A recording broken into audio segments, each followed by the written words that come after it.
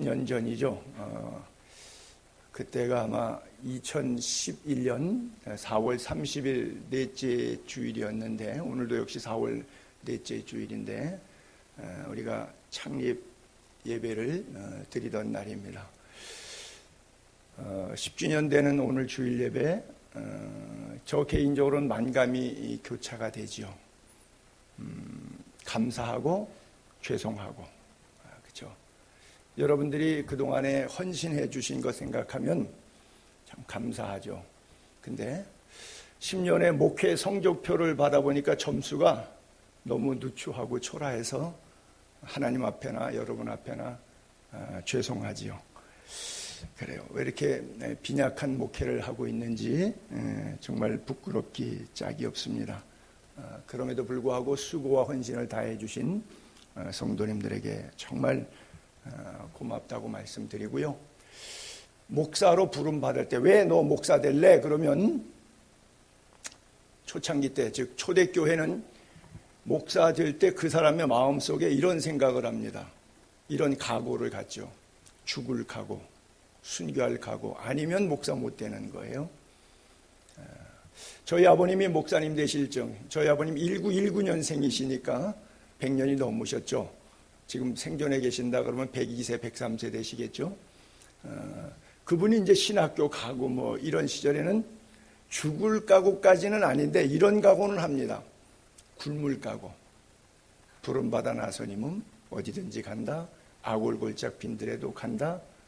그래서 실제 우리 아버님 시대는 시골에서 쌀 이렇게 사례비가 안 되면 쌀 대박 퍼주기도 하고, 생닭을 이렇게 선물하면 그 닭을 목을 비틀어서 잡아가지고 털 벗겨서 비닐에다 담아갖고 서울에 자취하고 있는 저 아들 집에다가 또 배달해다가 주시고, 뭐 그것이 다였고, 아버님이 설교하고 나서 목마르면 시원한 바카스 먹는 것은 꿈이고 어쩌다가 있을 수 있는 일이고, 그저 미지근한 쓴 사발에다가 미지근한 물에다가 설탕 한두 숟갈 넣어서 휙 저어서 그 미지근한 설탕물 하나 마시면 그렇게 행복해 하시고, 그 행복감으로 힘있게 목회하시고 그러던 시절인데, 지금 왜 신학교 가냐? 저희 아들도 신학교 가는데 지금 왜 신학교 가냐면 잘 되면 대박 난다는 거죠. 뭐 죽을 각오나 굶을 각오를 가지고 목사하겠다고 신학교 가는 친구는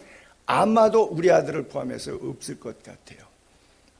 그래서 한국 교회가 약하고 한국 교회 성도들이 약한 거 아닌가 생각해요. 목사들은 다 번영의 신학, 성도님들은 다 기복 신앙. 그래서 이 번영의 신학 사조를 조직 신학으로 배우서 나온 학생하고, 그저 교회 나와서 기도만 하면 무당 굿하듯이 다 잘 되고 병 낫고 자식도 잘 될 것이라고는 기복신앙 두 개가 짝짝꿍이 잘 맞아서 아름다운 건물도 짓고 교인도 많이 모이고 모여서 울고 웃고 재밌고 이러고 세월이 가고 있어요. 그러니까 뭔가 가슴에 뜨거워야 되고 뭐 눈물도 왈칵 쏟아져야 되고 뭔가 가슴에 불도 임하고 신사도적인 그런 행위를 통해서만 시원한 느낌, 마치 매번 마약을 하게 되면 강도가 자꾸 세지는 것처럼 이상한 쪽으로 흘러가는 그런 모습을 바라보게 됩니다. 그러나 주님이 의도하신 교회는 아마도 그런 교회는 아니었던 것 같고요. 믿음의 사람들, 히브리서 11장에 기록하는 믿음의 사람들, 저는 구약에는 모세를 좋아하고 신약에는 바울을 개인적으로 참 좋아하는데요. 바울은 그가 가진 모든 스펙들, 그 스펙을 배설물로 여겼어요. 그것을 헬라어로 케노시스의 영성이라는데 empty, 비우는 거예요. 자기 비움을 통해서. 우리는 자꾸 채우려고 그러죠. 스펙, 뭐 지식, 돈, 학력, 경력, 캐리어, 그렇죠? 근데 이 많은 것을 가졌기 때문에 교만해서, 지식은 인간을 교만하게 하죠. 하나님을 가까이 대하지 못해서 그것을 다 버렸어요. 그리고 그리스도를 아는 지식, 그리스도와의 사귐을 가장 귀한 것이라고 여겼어요. 그래서 바울이 예수 믿는 것 때문에 당하는 그 어떤 고난도, 역경도, 환난도, 궁핍도 Thank you God, grace, 하나님의 은혜다. 그렇죠? Grace of God, 하나님의 은혜다. 그렇게 재해석을 해서 살았어요. 히브리서 11장 24절부터 27절까지 모세를 히브리서는 이렇게 기록하고 있어요. 믿음의 장. 모세가 컸어요. 근데 공주의 아들 자리를 박차고 나옵니다. 왜요? 하나님의 백성과 함께 고난이라고 하는 단어를 키워드로 생각하시고 죄악의 낙을 누린다. 낙이라고 하는 즐거움을 키워드. 고난, 낙, 즐거움 두 개를 익스체인지 하는데 어떤 것이 더 좋냐? 그 다음에 26절에 그리스도로 해서 받는 수모, 그렇죠? 비난, 조롱, 수모. 그 다음에 애굽의 모든 보화, 금은 보화, 그렇죠? 수모와 보화를 또 익스체인지 하죠. 어떤 것이 더 큰 액면가냐? 믿음으로 애굽을 떠나 왕의 노함을 무서워하지 아니하고 곧 보이지 아니하는 자를 누구예요? 하나님이죠. 세상 왕이 두렵지 않죠. 그렇죠? 코로나가 두렵지 않죠. 뭐예요? 보는 것 같이, 보이지 않는 하나님을 보는 것 같이 그분과 늘 사귀고 그분과 교제하고 그분과 동행 동거하니까 안 보이는 하나님을 보는 것처럼 믿을 수 있었기 때문에 그래요. 그래서 초대교회 성도님들은 만나면 인사가 뭐라 그랬죠? 독사토세요. 하나님께 영광. 한 주간 묻는 거예요. 하나님께 영광 돌리셨습니까? 헤어질 때 인사하는 거예요. 하나님께 영광 돌립시다. 그렇죠? 그리고 또 하나가 마란 아사. 그렇죠? 우리 주님 어서 오세요. 마란 아사. 이러고 인사했어요. 그러니까 초대교회 생각들 속에는 24시간 머무는 것이 오직 하나님께 영광, 그 주님 빨리 와서 만나고 싶다. 지난 주간에 우리 장모님이 간암 판정받았다고 전화가 와서 기도해달라고. 그래서 내가 기도를 해줬어요. 축하드린다고요. 이제 이사갈 일이 다가오셔서 얼마나 좋으시냐고. 사람은 천국 가는 게 최종 목표입니다. 그렇죠? 우리 장모님이 평생 여전사님으로 살아오셨잖아요. 목회자가 뭐 하는 거예요? 천국 바라보고 천국 같이 갑시다 손잡고 하는 일이 그거예요. 그렇잖아요. 그런데 천국 갈 일 생겼어요. 얼마나 감사해요. 그렇죠? 기뻐하시라고. 그래서 전화통에 기도해드렸더니 나중에 아이고 이렇게 영빨이 세냐고. 그리고 농담 받고 주고받았어요. 여러분 주님과의 사귐 갖게 되기를 바랍니다. 모세가 가졌던 바울이 가졌던 지식적으로 끝나는 것이 아니라 정말로 모세가 받은 은혜, 바울이 받은 은혜 여러분도 받게 되기를 바랍니다. 왜냐하면 이 성경은 죽은 책이 아니라 살아있는 하나님의 말씀이에요. 이 말씀이 모세에게만 바울에게만 적용되는 게 아니라 성령께서 그들에게 주셨던 은혜처럼 오늘 우리들에게도 주시는 은혜임을 믿게 되기를 바랍니다. 살아도 주의 것, 죽어도 주의 것, 사나 죽으나 우리는 주의 것이로다. 그래요. 그래서 우리는 세상을 이길 수 있었고 히브리서의 11장의 모든 믿음의 사람들을 총정리하면서 세상이 감당하지 못한 사람들, 다른 말로 뭐라고요? 사탄이 감당하지 못한 인간들. 그렇죠?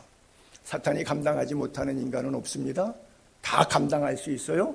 근데 딱 예외적인 거, 하나님한테 껌딱지처럼 딱 붙어있는 인간, 하나님과의 사귐이 있고 하나님과 동행하는 인간, 사탄이 손댈 수 없어요. 하나님을 해할 수는 없기 때문에. 그렇죠? 그래서 요한 1서의 전체 강해의 핵심은 하나님과의 사귐이라고 하는 거예요. 하나님의 품 안으로 다시 돌아가면 돼요. 초등학교 아이들이 비 오는 날 진흙탕에서 애들하고 막 놀고 옷도 몸도 더러워졌지만 온몸이 더러워졌지만 괜찮아요. 집에만 가면 돼요. 그렇죠?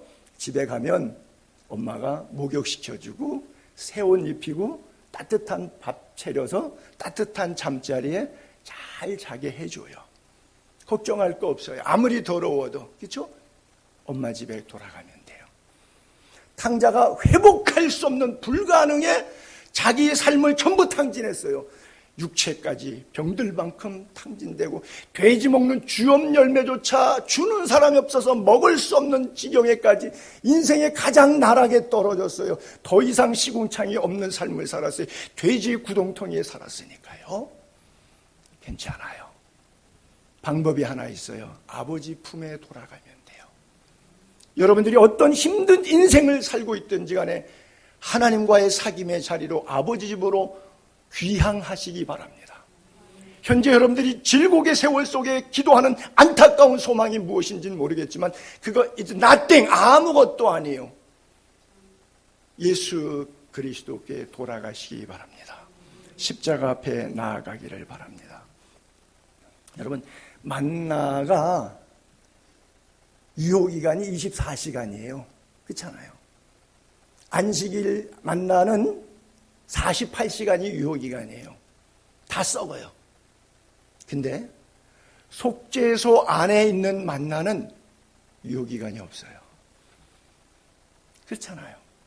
성막을 지으시고 지성소 안에 언약궤를 놓으시고 거기에 만나를 담으셨는데 이 만나는 24시간이 지나도 안 썩어요. 48시간이 지나도 안 썩어요. 40년 광야길을 함께 여행해도 안 썩어요. 영원히 속죄소 안에 예수 그리스도의 핏뿌림 아버지 집에 은혜 안에 십자가 그늘 안에 있는 영혼은 썩지 않습니다. 이것을 영생이라고 그래요. 요한일서는 우리에게 주고 싶은 메시지가 뭐예요? 영생이 너희에게 있음을 알게 하노라 그래요. 여러분 안에 영생이 있음을 믿게 되기를 바랍니다.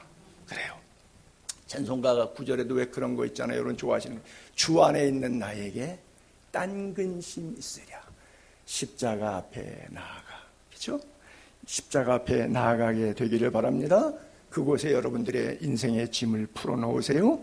세상을 이기는 유일한 방법은 딱 하나. 그 안에 거하는 것. 그분과 함께 사는 것. 주님과 동행하는 것이에요. 주님과 사귀게 되기를 바랍니다.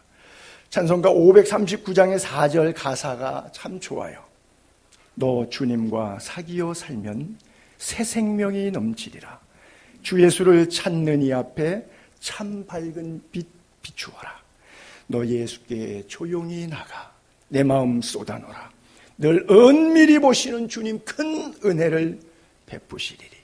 할렐루야. 그 십자가 그늘 앞에 날마다 나아가게 되기를 바랍니다. 그래서 오늘 본문 1절과 2절은 이렇게 시작합니다. 자녀들아, 그렇죠? 나의 자녀들아, 내가 이것을 너희에게 쓰면 너희로 죄를 범하지 않게 하려 함이라. 만일 누가 죄를 범하여도 아버지 앞에 우리에게는 대언자가 있다. 누구냐? 곧 의로우신 예수 그리스도다. 그분은 우리 죄를 위한 화목제물인데 우리뿐 아니라 온 세상 78억의 전 인류의 죄를 위한 2000년 동안 나고 죽은 모든 인간들의 죄를 위한 영원한 화목제물 되셨다 그랬어요. 나의 자녀들아, 글쎄 저는 저런 세월은 안 올 것 같아요. 왜냐하면 이게 나이 90에 설교한 내용이거든요. 사도 요한이. 그러니까 예수님이 돌아가신 지가 약 60년 가까운 세월이 지났단 말이죠. 한 50년 정도 세월이 지났단 말이죠. 그리고 나서 그때까지 믿음을 유지하니까 1세대들은 다 죽고 자식이나 손주 세대예요. 근데 유일하게 12제자 가운데 끝까지 100세까지 생존한 요한이잖아요. 그러니까 요한이 끝 무렵에 가서 요한계시록을 쓰기 직전에 이 공동서신인 요한 1, 2, 3서를 썼는데 그때 설교문에 이렇게 쓴 거예요. 나의 자녀들아. 물론 영적으로 교역자와 성도 사이에 영적인 부모님처럼 자녀들을 대하듯이 말씀으로 잘 양육할 수가 있겠지만 그래도 생물학적인 나이로 볼 때는 쉽지 않은 얘기인데 어쨌든 생물학적인 나이까지 포함해서 자녀들아. 사실 자녀들아라고 하는 얘기는 부모와 자식의 관계니까 뭐가 연결되는 관계죠? 생명이 결탁된 관계예요. 그렇죠? 그래서 그리스도 안에서 나눠진 풍성한 영생의 생명이 우리 안에 있기 때문에 감히 목사가 성도들에게 요한이 그 당시 그리스도인들에게 나의 자녀들아 이렇게 했어요.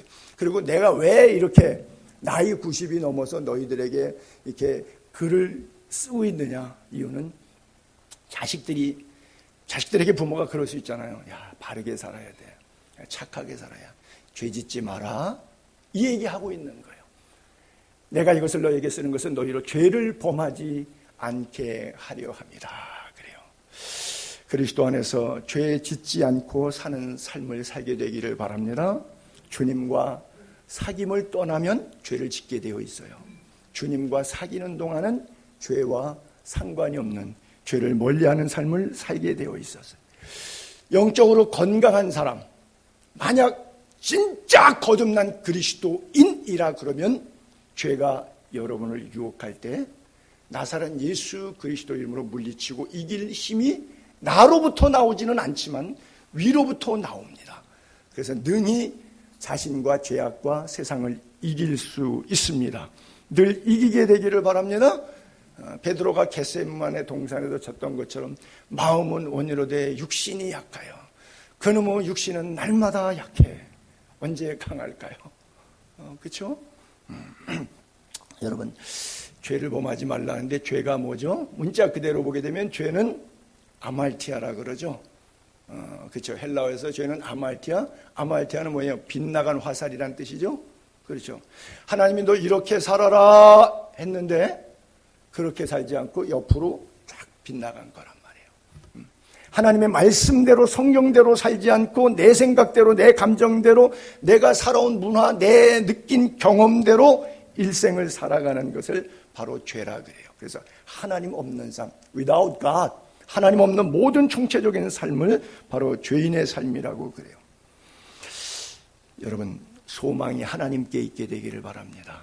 생명나무를 소망하게 되기를 바랍니다. 여러분들의 소망이 세상에 있는지 선악과에 있는지 영적으로 자신을 잘 점검해 보기를 바랍니다. 이 요한일서 3장 3절과 5장 4절에도 주를 향하여 이 소망을 가진 자는 어떻게 사느냐? 주님이 깨끗함처럼 자기도 깨끗하게 산다.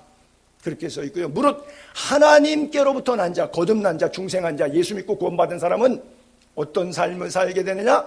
하나님의 도우심으로 세상을 이길 수 있다. 이렇게 써 있어요. 내 힘으로 이기진 않지만 하나님이 주시는 성령의 권능으로 능히 이길 줄로 믿습니다. 그래요. 그래서 로마서에 바울이 있잖아요. 누가 우리를 그리스도의 사랑에서 끊어? 어떤 환난, 여러 가지 상황의 악조건이 내게 온다고 할지라도 넉넉히 이긴다. 왜? 그리스도의 사랑의 줄이 우리를 견인하기 때문에. 그렇죠? 그리스도의 사랑으로 우리가 넉넉히 이 땅에 승리하는 삶을 산다고 하는 거예요. 혹 그러면 예수 믿는 사람은 영원히 죄 안 짓느냐? 그렇지도 않죠. 그래서 오늘 본문에 얘기한 거예요. 혹 우리가 죄를 범하였을지라도 왜? 공중권세 잡은 사탄이 우는 사자처럼 때때로는 친하게 광명한 천사처럼 양수겹장으로 우리를 현혹하고 유혹하고 공포와 시련 속에 몰아넣으면 너무 놀라고 황급해서 알았어 그리고 나도 모르게 사탄이 시키는 앞잡이 노릇 할 수도 있거든요. 그렇게 돼도 너무 거기에 상심하지 말고 그럼에도 불구하고 우리를 끝까지 견인하시고 사랑하시는 십자가 붙잡고 다시 돌이키고 회개하고 주 예수 붙들라 말씀하시는 거예요. 대언자가 있다. 그분이 의로우신 예수 그리스도이시다. 대언자. 옛날에 한국에 요즘엔 없지만 문맹자들이 많았잖아요. 제가 어린 시절에 마을에 가게 되면 글을 다 촌노들께서 모르시니까 군대 간 아들이 편지 와도 이장님 집에 들고 가서 읽어주고 또 대필해서 보내고 뭐 이런 시절이잖아요. 그래서 뭐 대서방, 요즘에는 그런 거 없어요. 복덕방처럼 한국에 제가 초등학교 시절에도 길 가면 간판에 대서방이라고 있어요. 글 못 쓰니까 글 대신 써주는 사람, 행정 그 서식 만들어주는 사람. 우리 돌아가신 임삼 집사님도 아마 그쪽 방면에 능하셨던 분이시죠. 워낙 글도 잘 피는데 제가 몇 번 보여드렸는데 이거 그분이 쓴 글이거든요. 감사원금 봉투 제가 오려갖고 코팅해서 제 성경책에 쓰는데 그분이 뭐 살아계실 때 생전에 교회에서 감사원금 낸 봉투 얼마나 잘 써요. 감사원금. 그래서 저는 그분은 돈을 드렸는데 나는 생애를 하나님께 감사해서 여기다 드려요. 참 글을 잘 쓰시면 제 글은 우리 교인들이 다 알아요. 얼마나 악필이고 졸필인지. 참 글처럼 목회해요 하는 거 보면. 그런데 대언자는 대서방하고 같은 의미로 생각한대요. 글 써주는 것처럼 대신 말해준단 말이에요. 그게 파라클레토스라고 써 있는데 그게 뭐냐면 보혜사란 말이고요. 성령에 대한 별명이에요. 변호사. 자, 변호사는 뭐 하죠? 법정에서 내가 잘했다 잘못했다고 상관없어요. 내 변호사는 무조건 내가 옳아야만 되는 거예요. 나 잘못했다고 한마디도 안 해요. 그렇잖아요. 법정에서 불리해지니까 내가 잘한 거 잘못한 거하고 아무 상관없어요. 내가 선 변호사는 무조건 내 편이에요. 주님이 그런 거라는 거예요. 대언자라는 게 파라클레토스가 바로 그런 거예요. 보혜사라는 거예요.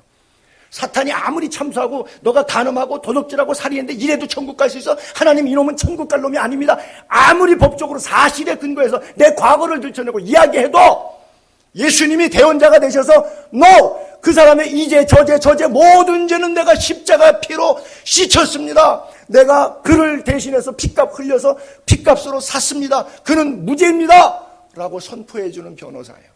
주님이 대언자라고 하는 거예요. 그러니까 원죄로 해결함 받았기 때문에 원죄 해결함 받고 거듭난 구원받은 이후에 우리가 때때로 생기는 자범죄 때문에 마음 너무 괴로워하지 말고 그때마다 회개하고 믿음으로 나아가면 주님께서 우리의 대언자가 되어주셔서 의로운 주님의 변호로 우리를 천국까지 견인하신다고 하는 거예요. 이 놀라운 믿음을 요한 서신을 통해서 1세기에 박해받는 시대 속에 살아가는 배교자들이 많은 성도들에게 그 메시지를 전달해주고 있는 거예요. 오늘 이 시대도 마찬가지라고 생각하는데 여러분들에게 그런 은혜가 있었으면 좋겠어요. 이 대언자를 변호사로 유치한 이런 예를 한번 들어볼게요. 내가 10억이 부도가 나가고 이제 재판을 받게 됐어요. 그래서 여기서 감옥에 들어갈지도 모르는 상황인데 좋은 내 친구가 변호사인데 변호를 해주는 거예요. 그러더니 덜커도 갑자기 그 변호 가지고도 안 되니까 마지막 카드를 쓰는데 이렇게 하는 거예요. 내가 20억을 친구에게 주겠습니다. 10억은 빚 갚는 데 쓰고 그리고 10억은 또 빚지면 안 되니까 10억 다 빚 갚고 나면 제로니까 또 빚질 수 있으니까 나머지 10억은 더 줘서 빚 안 지고 다시 새롭게 성공적으로 잘 살 수 있도록 제가 20억 주겠습니다. 그래서 법정에서 공탁해서 그 자리에서 10억의 빚을 갚아버렸어요. 그러면 이 친구는 얼마나 행복할까요? 자기는 죄인으로 억어의 몸으로 힘들 줄 알았는데 좋은 변호사 친구가 해줬어요. 이 좋은 변호사 친구가 누구냐? 예수 그리스도시라고 하는 거예요. 돈으로 얘기하니까 이야기가 쉽게 되죠. 똑같은 이야기가 한 토막 있는데 구약의 지난 주간에 큐티 보험님 여러분들 읽었던 큐티일 거예요. 엘리사가 생도가 100명이 넘었어요. 신학교 교장이었는데 신학생이 100명이 넘었는데 한 신학생이 하여간 불의의 사고로 일찍 죽게 됐어요. 그리고 두 아들 남겼는데 부인이 과부가 됐는데 생계가 문제가 그래서 돈을 좀 빌렸는데 돈 빌려준 사람이 네 아들 둘을 빚 못 갚으니까 내가 노예로 쓰겠다 그러니까 이 부인이 신학교 총장님한테 엘리사한테 와서 이야기를 했어요. 좀 살려달라고. 그래 그럼 니네 집에 뭐 있냐? 그랬더니 기름 한 병 있어요. 그래 동네 가서 기름병 그릇 다 빌어와라. 그리고 문 닫고 따로. 그랬더니 그릇마다 그냥 계속해서 난스톱 5병이에요. 난스톱. 그 구절 한번 잠깐 볼까요? 왕하 4장 6절 7절 그릇에 다 찬지라 여인이 아들에게 이래 또 그릇 4개 갖고 와라 하니 아들이 이래 더 이상 그릇 없습니다. 다 빌려온 거 다 찼습니다. 그 여인이 이제 하나님의 사람 엘리사에게 갔어요. 그랬더니 엘리사가 이렇게 말해요. 첫째, 기름을 팔아 빚 갚아. 둘째, 남은 것으로 너하고 네 두 아들하고 생활해라. 참 너무 멋있죠. 제가 저 구절을 읽다가 10억, 20억 예화를 꾸며낸 거예요. 빚은 10억인데 20억을 주더라는 얘기죠. 왜? 빚 다 갚고 나면 딸랑 그 다음부터는 어떻게 살 거예요? 우리 하나님은 후이되어 누르고 흔들어 넘치도록 안겨주시는 하나님인 것 믿게 되기를 바랍니다. 그래요. 근데 안타까운 것은 이런 설교할 때마다 아무 소용이 없지 않는가 하는 내 마음속에 좌괴감이 있어요. 왜? 5병 이어 먹었던 그 친구들 다 봤어요. 일부 순서 떡잔치 할 때는 좋다 그랬는데 이부순서 나는 하늘로부터 내려온 떡이요 산 떡이요 생명의 떡이니 너희가 나를 먹지 않으면 하나님 나라 갈 수 없느니라. 영적인 생명에 관한 이야기를 했더니 5천도 넘는, 그 당시 2만 명인데 여자와 아이를 뺐으니까 다 갔어요. 제자들만 남고. 그리고 가서 세월이 조금 지난 다음에 6월절에 예수님 십자가 지실 때 그 오병이어 떡 먹었던 친구들이 뭐라고 말했죠? 십자가에 못 박으시오. 십자가에 못 박으시오. 그 피를 우리와 우리 자손에게 돌리소서. 신앙생활하는 교인 가운데 많지요. 특별히 이런 코로나 시대가 되면 믿음이 어디 있습니까? 그렇죠? 오병이어를 먹고 하나님의 은혜를 맛보고 구름기둥 불기둥 인도 안 받고 만나를 모시고 반석에서 생수를 마시고도 조금 힘들면, 그죠? 어려울 때는 주야 살려달라고 하고 조금 배부르면 나여 하고 금방 변화되는 오병이어를 먹었던 사람들 전부 어디 갔는지, 예수님이 십자가 질 때 다 도망가고 그 자리에 남은 사람이 없어요. 어떤 사람은 십자가에 못 박으라고 소리쳤고, 어떤 사람은 먼발치에 십자가에서 저 친구 왜 죽지? 괜찮은 친구인데 갸우뚱거리면서 반신반의하는 친구도 있을 것이고, 다양한 형태의 신앙 형태가 한국교회의 현 신앙 체질의 모습들입니다. 여러분, 보혜사라고 하는 것, 성부 하나님, 성자 예수 그리스도, 성령 하나님은 보혜사라고 이렇게 말해요. 구약의 천지를 창조하시고 예수님 오시기까지 창세기 3장 16절의 메시지, 여인의 후손과 뱀의 후손을 통해서 메시아를 통한 인류 구원을 약속하신 것이 구약의 전체 아버지 하나님의 사역이라면, 사복음서의 내용이 예수 그리스도의 사역이고, 사도행전 2장부터 예수님께서 요한복음에 말씀하시던 내가 가면 보혜사 성령을 너희에게 보내니 그가 죄에 대하여 의에 대하여 심판에 대하여 나를 알게 하리라 말씀하시고, 그 성령님이 오셔서 오늘은 교회시대, 은혜시대, 성령시대에 우리가 지금 살고 있는 겁니다. 이 삼위일체하는 그 예수님께서 보혜사를 보내서 우리와 함께 있어서 사탄이 손 못 대도록 우리를 지키시고 보호하시고 함께 쑥식하시겠다고 하는 거예요. 요한복음 14장 16절 17절에 내가 아버지께 구하겠으니 그가 또 다른 보혜사를 너희에게 주사. 여러분, 보혜사가 하나인 줄 알았는데 예수님이 말씀하실 때 또 다른 보혜사, 삼위일체 하나님이 다 보혜사예요. 하나님도 우리를 보호하시고 예수 그리스도도 우리를 보호하시고 성령도 우리를 보호하신다는 뜻이에요. 그렇죠? 삼위가 일체니까 너희에게 주사 영원토록 너희와 함께 있게 하리니. 주님이 승천하시면서 볼지어다 세상 끝날까지 내가 너희와 임마누엘 이렇게 말씀하셨죠. 바로 그 보혜사예요. 그는 진리의 영이시죠. 길과 진리와 생명, 거기서 나온 영이시죠. 너희는 세상은 능히 그를 받지 못하나니 이는 그를 보지도 못하고 알지도 못함이라. 빛이 이 땅에 왔을 때 어둠이 관영하기 때문에 빛을 인정하지 않는 세상, 요한복음 1장 말씀이죠. 그러나 너희는 그를 아나니 그는 너희와 함께 거하시며 또 너희 속에 계시겠음이라. 여러분 안에 계심을 믿으시기 바랍니다. 그래요.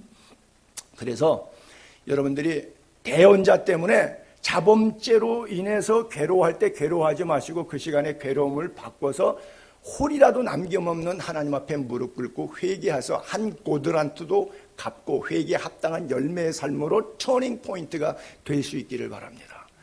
그렇잖아요. 고민하는 시간에 기도하는 게 낫죠. 로마서 8장 1절 2절 볼게요. 그러므로 이제 그리스도 예수 안에 있는 자에게는, 중생하고 구원받은 사람에게는 뭐가 없어요? 결코 정죄함이 없나니. 지옥으로 가지 않도록 주님께서 보혜사를 통해서 이끄신다는 것. 이는 그리스도 예수 안에 있는 생명의 성령의 법 때문에 그래요. 그래서 과거의 죄와 사망의 법에서 이미 엑소도스 탈출, 그래서 에클리시아는 엑소도스 탈출시켜서 클리시스 따로 떼어 모아놓은 사람들의 공동체가, 이미 지상교회는 천상교회로 그대로 연결해야 되는데 지식적으로는 아는데 삶의 열매로 증명이 안 돼. 그래서 못 가는 사람들이 있을 거예요. 이미 해방받았는데 해방받은 줄 모르고 옛사람의 삶을 그대로 살면 안 됩니다. 여러분, 에스겔이 환상을 봤을 때 골짜기에 뼈들이 막 널브러져 보기가 흉했습니다. 해골들이 널브러져 있어서. 근데 갑자기 하나님의 말씀에서 대언하래요. 말씀을 선포하래요. 생기야 살아나라. 생기야 불어와서 살아. 그랬더니 뼈들이 축축축축 들어맞고 힘줄이 생기고 피돌기가 안에서 돌기 시작하고 가죽이 입히기 시작하더니 어마어마한 마하나임 여호와의 군대가 되었다 그랬어요. 큰 군대가 되었다 그랬어요. 여러분들의 영적인 삶이 세상에 살면서 그리스도인의 존재감과 교회발로 비난받고 있는 상태 속에서 여러분들의 위치가 상당히 멋졌겠지만 마른 뼈와 같이 척박하겠지만 그럼에도 불구하고 하나님의 말씀의 대언자 되신 예수 그리스도를 통해서 생명의 말씀의 생기가 여러분 안에 움직임이 있게 되기를 바랍니다. 살아나게 되기를 바랍니다. 회복이 있기를 바랍니다. 예배의 회복이 있고 삶의 회복이 있고 여러분들의 영생의 가치를 다시 인지하는 능력을 회복할 수 있게 되기를 바랍니다. 이미 그리스도 예수 안에 있는 자에는 정죄함이 없어요. 생명의 성령의 법에 붙잡혀 삽니다. 예수 안에서 해방되었기 때문에 해방된 자유함을 누리게 되기를 바랍니다. 그래요. 의로운 대언자 예수 그리스도는 온 세상의 죄, 우리 죄뿐 아니라 온 세상의 죄를 위한 화목제물이라 그랬어요. 화목제물이라고는 헬라어 단어가 힐라스모스인데 이 힐라스모스라고 하는 것은 신의 노여움, 신의 진노를 위한 제물이라고 하는 뜻을 가졌는데 다른 뜻으로 하게 되면 속죄소입니다. 인류의 죄를 속하기 위해서 속죄소 만들고 양 피, 염소 피를 거기다가 뿌리면서 대속죄일날 속죄하잖아요.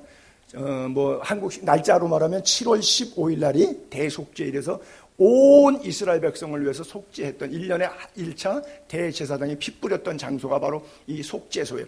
이것을 영어로는 아크라고도 하는데 또 노아의 방주도 아크라 그래요. 그래서 구약에 있었던 두 개의 아크는 노아의 방주, 그 다음에 어린 양 예수 그리스도의 희생을 통한 인류 구원의 예표인 속죄소, 이게 다 아크예요. 이게 바로 화목제물이라고 하는 제단의 힐라스모스라고 하는 거예요. 놀라운 은혜가 아니겠습니까? 여러분, 속죄소 안에는 어떤 물건이 있죠? 세 가지 물건이 있죠. 만나.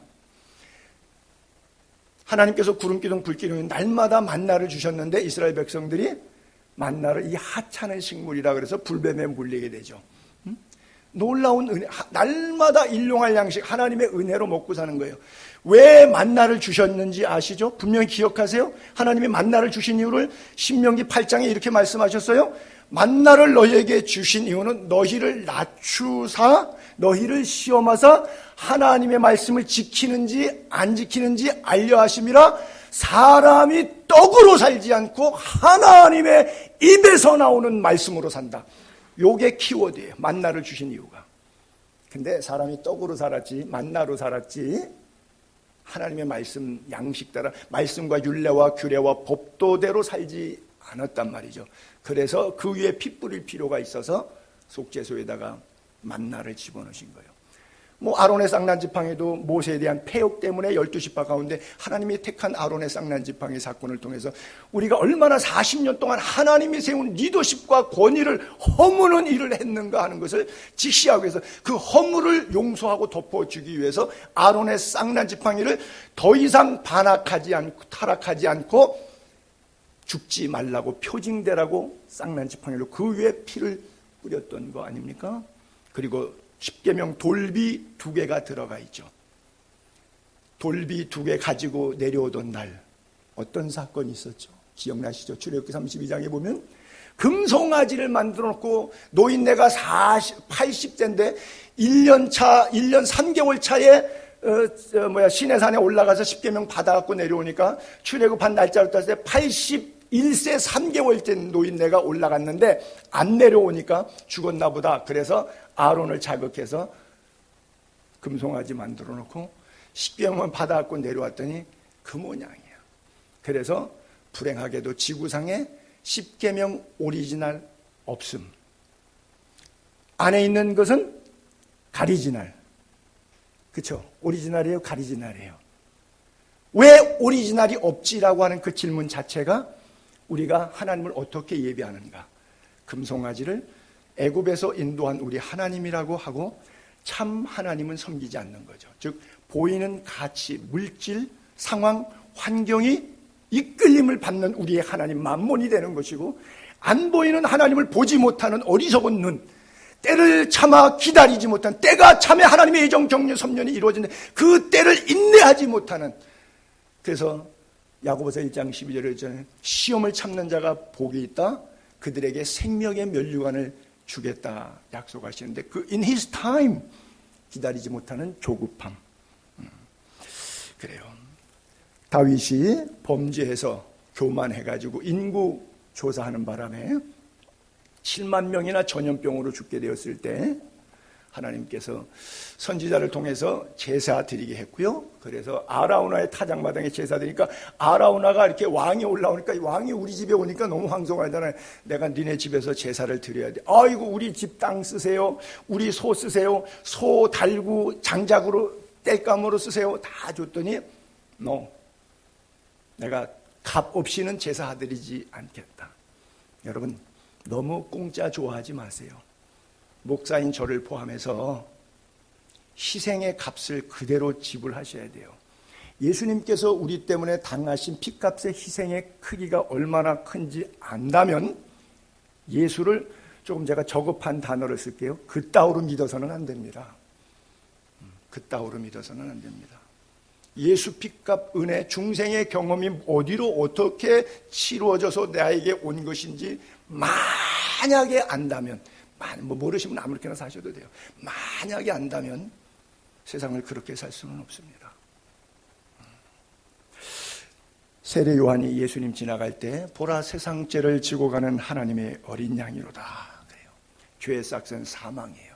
그 문제를 해결하시기 위해서 오셔서 마지막 십자가 지시면서 엘리 엘리 라바 사박다니, 나의 하나님 나의 하나님 왜 나 버리시냐고 절규하시면까지 온 인류의 죄를 몸에 받아들이신 순간, 그 거룩한 속죄의 피가 내 안에 흐른다고 하면 내가 구원받은 이후 지옥 갈 수밖에 없는, 비참하게 죽을 수밖에 없는 내가 예수 그리스도의 십자가의 보혈로 구원받았다는 것을 안 이상, 더 이상 엄청난 피값으로 희생당하신 주님을 또 십자가에 못 박는 행위와 언행심사와 물질 시간 씀을 절대 허락하지 않을 겁니다. 한순간도 소홀해질 수 없는 진지한 삶이 예수의 거룩한 피가 우리의 삶에 흐르기 때문이에요. 그리스도 예수 안에 있는 자에게는 그래서 정죄함이 없고 세상을 이길 힘을 하나님이 위로부터 내려주시는 거예요. 이 십자가의 거룩한 보혈의 능력이 하나님의 지혜요 하나님의 능력이지만 헬라 사람들, 이방인들 뭐라 그래요? 못 믿겠다. 무슨 동정녀, 무슨 나사렛 예수, 이단 같은 소리하고 앉았어. 그리고 미련하게 취급했어요. 유대인들은 또 이렇게 꺼름직하냐? 왜 꺼름직하다 그랬죠? 신명기 21장 22절 23절 보세요. 율법에 기록되기를 사람이 만일 죽을 죄를 범하면 죽여 나무에 달아라. 그 시체 나무에 밤새도록 두지 말고 그날 24시간 내에 장사해라. 지금도 유대인들은 그렇게 해요. 내 하나님 여호와께서 내게 기업으로 주신 땅을 더럽히지 말라. 나무에 달린 자는 하나님께 저주를 받았습니다. 예수 그리스도가 나무에 죽었기 때문에 지금도 2021년도도 이스라엘 사람들은 예수를 안 믿는 이유가 저 율법에서 한 걸음도 더 나아가지 못하는, 왜? 율법으로 하나님을 보니까. 그 율법을 뛰어넘어 율법을 완성하신 예수 그리스도를 통해서 하나님을 볼 수 있다면 삼위일체 하나님을 통해서 이 문제가 문이 열리고 해결이 될 텐데, 아직도 저 한 구절 때문에 950만 명의 이스라엘 땅에 살고 있는 유대인들이 지금도 예수를 안 믿어요. 저 구절 한 구절에 딱 걸리는 거예요. 유대교와 기독교는 다른 거예요. 이걸 하나 몰라요. 나무에 달린 자가 누구라고요? 예수가 아니라 나라고요. Instead of me. 내가 그렇게 비참하게 죄값을 치러야 되는데 나를 살리려 하나님의 아들이 이 땅에 육신을 입고 친히 오셔서 나 대신 그렇게 비참하게 죽었는데, 유대인 눈에는 그게 인간 예수로만 보이고 자신의 모습으로 보지 못하기 때문에 그 믿음이 없어서 주님을 믿지 못하는 거예요. 혹시 여러분은 아닙니까? 예수의 영은 살리는 영이에요. 중보적인 화목제물로 오셨다 그랬어요. 구약시대 계속 짐승의 피를 제사했지만 신약시대는 예수 그리스도의 보혈 피로 단번에 속죄를 이루신 거예요. 히브리서 9장 12절로 그리고 15절에 이렇게 말씀합니다. 염소 송아지 피로 하지 않고 오직 자기 예수 그리스도의 피로 영원한 속죄를 이루었다. 한꺼번에 한 번에 단번에 성소에 들어가셨다. 지성소의 핏부림. 이로 말미암아 그는 새 언약의 중보자이시니 이는 첫 언약 때 범한 죄에서 속량하시려고 죽으셨다. 그리고 부르심을 입은 자들로 하여금 예수 믿고 구원한 자는 영원한 기업의 약속 천국 얻게 하려 하심이니라 그랬어요. 네, 새 언약. 이게 신약의 은혜이고요. 예수 그리스도 십자가 보혈이고요. 그 다음에 첫 언약은 창세기에 인간 만드시고 생육하고 번성하고 충만하라 정복하라 다스려 다 주었어요.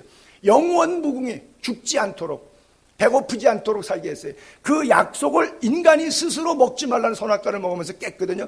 첫 언약을 못 지키고 깬 인간의 그 죄 속량하시 첫 아담의 죄를 상계하시려고 둘째 아담으로 이 땅에 오신 예수 그리스도가 십자가를 통해서 우리를 구속하시고 구속함을 받은 모든 형제와 자매들을 위해서 그분의 영원히 기업의 약속을 얻게 천국까지 인도하려고 그 견인하시는 영이 바로 진리의 영이고 성령이고 대언자이시고 파라클레토스라고 하는 내 편, 변호사, 보혜사라고 하는 거예요.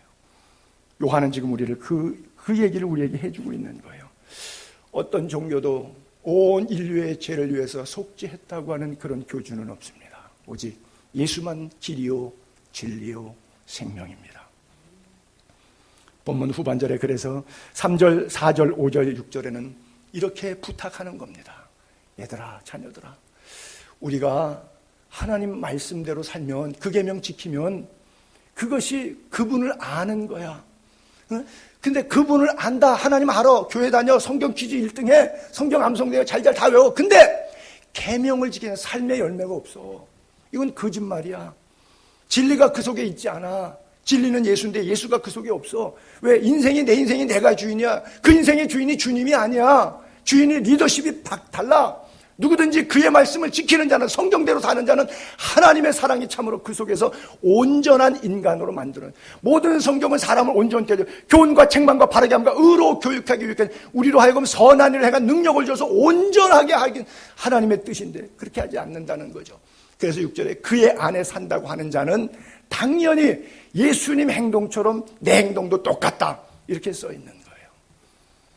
예수 따라가며 복음 순종하면 우리 행할 길 환하겠네. 그래요.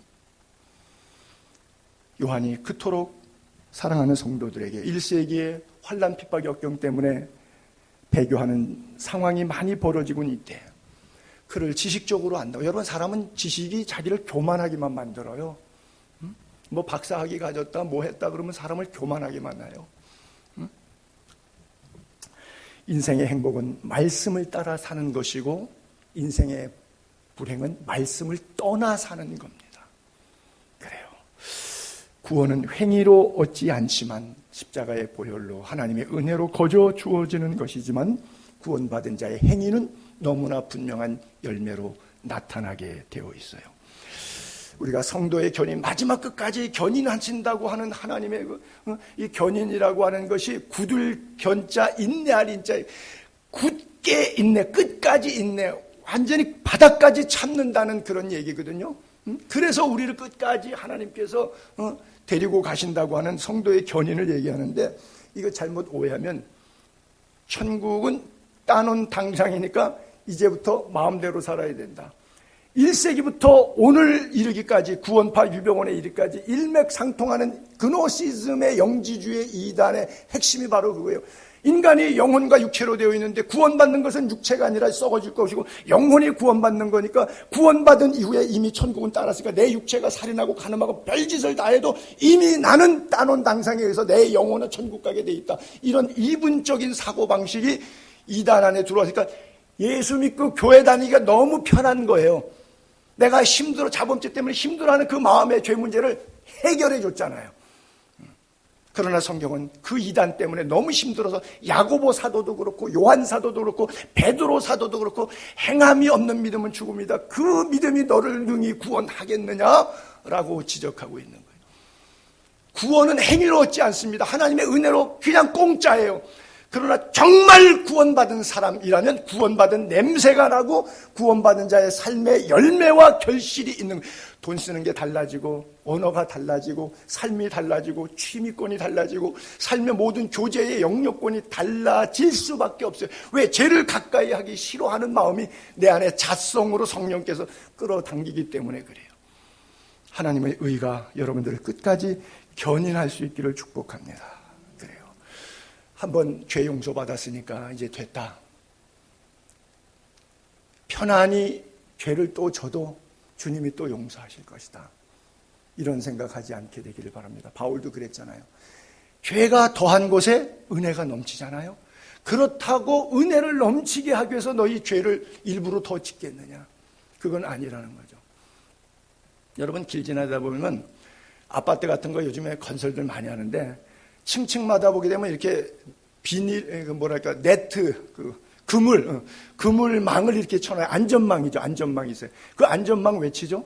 공사하다가 안에서 잘못해서 이게 벽이 없고 난간이 제대로 설치가 안 되고 그냥 빈만 있으니까 허공이잖아요. 그냥 인부들이 떨어지면 죽어요.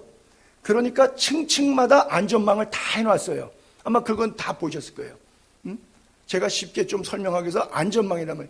근데 그래서 안전망은 왜 설치했냐면 혹시 만에 하나 떨어질까봐 해놓는 거지. 떨어지라고 해놓는 거예요. 안 그러면 혹시 떨어질까봐 해놓는 거예요. 근데 예를 들어서 여러분이 실수해서 한번 딱 떨어졌어요. 근데 안전망 때문에 전혀 무탈해. 아무 일 없어. 그러니까 그 다음에 계속 안전망에만 들어눕는 거야.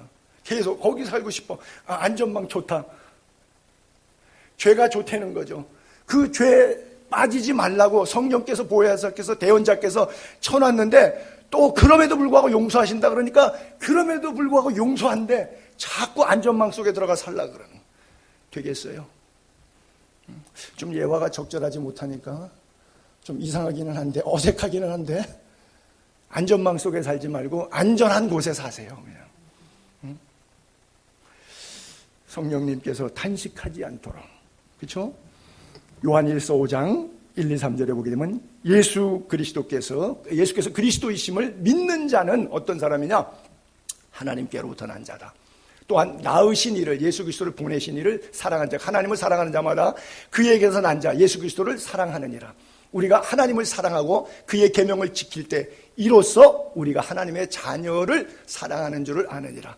하나님을 사랑하는 것은 이것이다. 뭐예요? 그의 계명을 지키는 것. 그리고 그 계명은 절대 무겁지 않다라고 하는 거예요.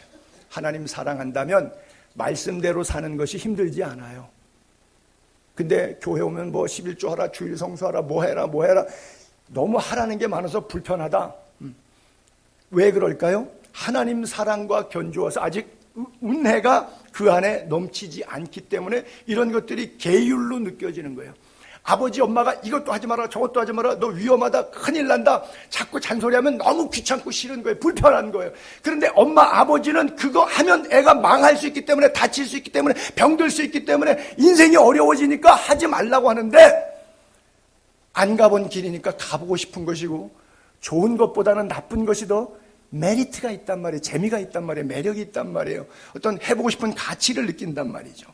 응? 여러분 2주 전에 여수에 내려가서 손양원 목사님 순교 기념관 갔더니 손양원 목사님이 뱃속에 애가 있을 때 돌아가십니다. 1950년 6.25 때 공산군에서 돌아가시는데 그때 사모님이 뱃속에 애가 있었는데 14일 장례식 하는 날 애가 나온 애예요. 이름이 손동길 목사예요.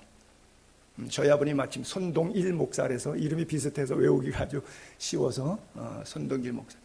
내려갔는데 마침 그분이 있어 제가 그 유복자 자녀를 만났어요. 여러분 얼마나 반가운 일이겠어요. 그 유복자 손양원 목사님의 친막내 아들 유복자 아들을 만났으니까 얼마나 반가웠겠어요. 하나도 안 반가웠어요. 나 괜히 만났어요. 왜요? 그분이 이런 거 나눠주면서 그래요. 아직도 신앙의 상처가 흐르는 유가족 후손을 위한 계좌입니다. 농협 0000번 돈 넣어달래. 그리고 저를 계속 이렇게 쫓아다니면서 아버지 험담하고 누나 험담하고, 그 누나가 손동희 권사인데 그 관을 이렇게 하는 데 있어서 나라에서도 지원하는데 그게 뭐 70억이 받았는지 170억이 받은지 나라에서 뭐 이분이 뭐 받은 게 있잖아요. 뭐 유공자 뭐 이런 것 때문에, 그리고 시설한다고 교단에서 걷어줘서 이렇게 크게 했잖아요. 그러니까 재력이 상당하는데 이거를 동생은 자기한테 안 줬다는 거예요. 돈 때문에 끌탈하는데, 손양원 목사님은 하나님의 사랑을 체험한 사람이니까 그렇게 살 수 있고, 이 사람은 하나님의 사랑을 체험한 게 아니라 하나님의 사랑에 대해서 들어본 사람이에요. 여러분, 하나님의 사랑을 체험한 자이십니까? 하나님의 사랑에 대해서 지식적으로 들어봤기 때문에 기복신앙으로 교회 다니고 계십니까? 여러분, 왜 교회 다니세요?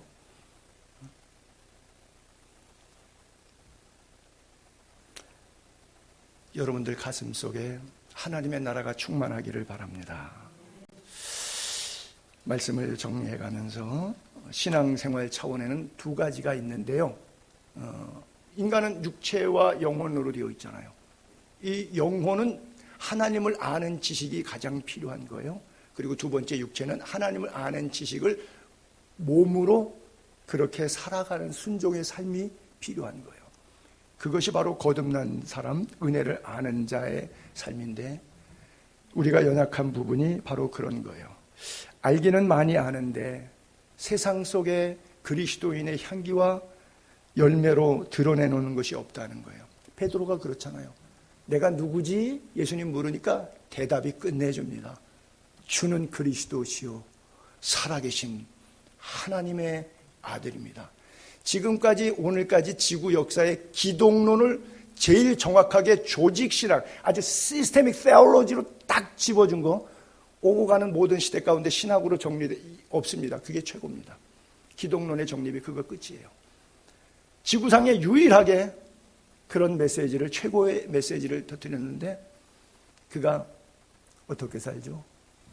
십자가를 부인하기 위해서 주님 앞에 절대 그런 일이 있지 않기를 원합니다. 주님이 뭐라 그래요? 사탄아 물러가라. 베드로 보고 사탄이라 그러셨어요.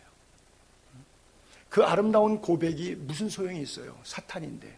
여러분들의 신앙생활, 헌신, 헌금, 충성, 그게 무슨 의미가 있어요? 여러분 사탄인데 주님이 볼 때는 그 놀라운 고백들, 그 눈물들, 그 감사들, 그 헌신들, 그 아름다운 멜로디의 찬양들, 간증들, 주는 그리스도시요 살아계신 하나님의 아들입니다. 이거보다 더 높아요? 더 높은 은혜, 더 높은 간증 해본 적 있어요? 없어요. 베드로도 그래요. 주님께서 오늘 밤 네가 나를 부인할 거다. 무슨 소리예요? 제가 목숨 겁니다. 그래놓고 부인하고 맹세하고 저주하고, 목숨 건다는 친구가 말 한마디도 시인 못해요? 네가 땅에서 시인하면 하늘에서 나도 널 시인할 거고, 네가 땅에서 나를 부인하면 하늘에서 나도 너 부인할 거야 라고 말씀하시는데, 목숨 내놓겠다고 하는 친구가, 주를 위하여 충성하겠다는 친구가, 그렇죠? 뭐 이건 여담입니다. 그 고깝게 듣지 마세요. 개척했을 때 끝까지 목사님과 함께 하겠습니다. 다 도망갔어. 저는 예수가 아니니까 도망가셔도 돼요. 왜? 더 좋은 교회, 더 좋은 목사가 많이 있어요. 그거 붙잡으면 내가 마귀가 되는 거예요. 가시는 분이 오르는 거예요. 그러나 우리가 예수님 앞에 고백한 신앙의 삶이 있다면 그 삶을 어떻게 정리하며 살아가야 하는가? 그래도 마지막 질문에는 멋있는 도전의 응전이 있었어요. 예수님께서 베드로의 생애 마지막으로 이런 질문을 하셨거든요. 너나 사랑하니? 그렇죠? 결국 거꾸로 십자가를 지는 한이 있더라도 그 사랑의 은혜를 갚아냅니다. 여러분 얼마나 멋있어요. 마지막에는, 과정에는 좀 우여곡절과 업앤다운이 있었다고 할지라도 마지막에 주님의 사랑의 도전 앞에 응전될 때는 피가 거꾸로 솟는 것과 같이 자존심이 상할지라도 시기, 다투, 미움, 질투 다 버리고 십자가의 사랑 안에서 자기를 녹여내고 싶은 사랑의 마음 없습니까? 요한 사도가 하나님은 사랑이라고 말할 때, 계속해서 우리 안에 하나님을 아는 영생이 있다고 말할 때 그것 아니겠습니까? 이 반대 현상을 성경은 개, 돼지로 이렇게 표현한 구절들이 나오는데, 잠언 26장, 베드로서 2장 이런 구절들이 있죠. 개가 토한 것을 도로 먹는 것 같이 미련한 자는 미련한 것을 거듭 행한다. 또 의의 도, 십자가를 안 후에 받은 거룩한 명령 저버리는 것보다 차라리 알지 못하는 것이 도리어 그들에게 낫다. 속담에 말하기를 개가 토한 것 돌아가고 돼지가 씻었다가 더러운 구덩이에 도로 누웠다 하는 말이 응했다 그러는 것이죠. 자, 계속 이어서 성경에 비유하고 있는 개에 대한 이야기와 마태복음 예수님의 산상수훈 설교에 이런 게 있죠. 거룩한 것을 개에게 주지 말라. 진주 돼지 앞에 던지지 말라. 발로 밟고 돌이켜 너희를 찢어 상한다. 또 빌립보서에 개들을 삼가고 행악하는 자들 삼가고 몸을 상해하는 자 삼가라. 요한계시록에 천국 못 가는 사람들의 대표적인 리스트를 이야기하면서 개들과 점순과들, 음행하는 자들, 살인자들, 우상 숭배하는 자들, 거짓말 좋아하며 지어내는 자들 다 성 밖에 예루살렘 새 예루살렘 성 밖에 있으라. 저것은 지옥 간다고 하는 리스트인데 거기 개들. 다른 데는 조금 이해가 되겠는데 뭐 점술가, 음행하는 자, 살인자 이건 다 알겠는데 개들, 어떤 경우를 개들이라고 말하는 것인가? 토한 것을 도로 먹는 것을 바로 개라고 이렇게 이야기하고 있어요. 특징. 광야교회 40년 동안 구름기둥 불기둥 만나 메추라기 반석에서 생수 마시면서 40년 동안 레파토리 동일한 이야기 했죠. 뭐라 그랬어요? 애굽으로 돌아가자. 출애굽 홍해바다 건너서 거듭나서 구원받아서 세례받아 성령 세례받아서 이제 광야의 하나님의 절대적 은혜의 광야교회를 신앙생활했는데 광야교회 신앙생활하면서 맨날 옛날에 노예 생활하던 죄악 가운데 묶여있던 애굽으로 조금만 힘들고 조금만 불편하면 자꾸 애굽으로 돌아가자. 이게 개란 말이에요. 토한 것을 도로 먹는다는 거예요. 끊임없이. 우리는 그리스도의 향기입니다. 마지막 성경 구절 한 구절 올려볼게요. 그리스도의 향기를 바울은 고린도 교회에 이런 편지를 썼어요. 항상 우리를 그리스도 안에서 이기게 하시고, 좀 여기다가 넉넉히 자를 넣고 싶어요. 로마 교회에 보낸 편지처럼 그리스도 안에서 넉넉히 이기게 하시고 우리로 말미암아 각 처에서 여러분들의 가정, 직장, 일터, 섬기는 교회 각 처에서 그리스도를 아는 냄새 나타내시는 하나님께 감사하노라. 우리는 구원받는 자들, 예수 믿는 우리끼리 사회에서나 또 망하는 자들, 아직 예수 안 믿고 있는 주변 이웃들, 불신자들에게나 하나님 앞에서 코람세어 그리스도의 향기라. 이 사람에게는 사망으로부터 사망에 이르는 냄새가 나겠지만 저 사람에게는 사망으로부터 생명에 이르는 냄새가, 누가 이 일을 감당하리요? 여러분, 꽃은, 생화는 화장실에 놔도 향기를 내고요, 화이브스타 딜럭스 호텔의 라운지에 놔도 향기를 바라고요, 그 화려한 곳에 갖다 놓던, 좀 지저분한 데 갖다 놓던 꽃은 여전히 향기를 냅니다. 교회 안에서는 예수 잘 믿는 냄새 쩔어요. 얼마나 성경 읽고 기도 많이 했는지 쩔어. 아주 뭐 목사가 감동을 받는다니까. 근데 삶의 현장에서, 가정에서, 부부 생활할 때, 이웃과의 삶 속에서, 직장에서, 일터에서, 동네 아파트에서 비난받는 거예요. 저 사람 때문에 내가 교회 가고 싶어도 안 나간다. 그렇죠? 사망에 이르는 냄새가 나는 교인도 있고 생명에 이르는 냄새가 나는 교인도 있어요. 여러분들도 많이 보시잖아요. 어디서 많이 봤죠? 거울 속에서.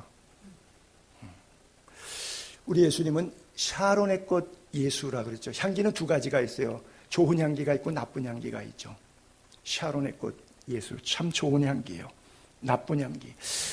언젠가 제가 부산에서 어떤 목사님 교회에서 집회하고 올라오는데 나를 자기가 서울 갈 일 있다고 서울까지 태워다 줬는데 중간에 1박 5일 할 때가 있대요. 아는 목사님 집에 가서 거기서 하룻밤 자고 가니까 풍령 휴게소에서 안에 쭉 들어가니까 거기에 200명 정도 집단 수용하는 정신과의 요양병원인데 정신질환자들만 있는 병원이었어요. 그 수요일날 저녁 예배 나보고 설교하면서 강대상에 섰는데 한 200여 명이 이렇게 바닥에 자부동 놓고 이렇게 쫙 앉았는데 한 10여 명이 몽둥이 들고 중간에 이렇게 경비원 같은 사람이 하도 뭐 난리치고 뭐 제정신 안에서 막 일어나기도 하고 뭐 설교자에게 막 뛰어오기도 하고 막 이러니까 그걸 중재시키려고 양쪽 복도에 쫙 그 사람들이 10여 명이 서 있고 한 200여 명의 환자들이 앉아 있는데, 세상에 내가 지금까지 살면서 그렇게 고약한 냄새는 처음 맡아봐요. 진짜 내가 설교자로 섰는데 내 자신이 모습이 초라해서 너무 역겨운데 이거 설교를 못할 정도로 나가고 싶더라고. 이 분위기에서 안 있고 싶을 정도니까 그것이 내게 스스로 넌 진짜 넌 가짜 목사다, 위선적인 목사다 하는 이런 괴로움과 함께 그럼에도 불구하고 내가 도저히 참을 수 없는 냄새가 나는데 너무너무 힘들더라고.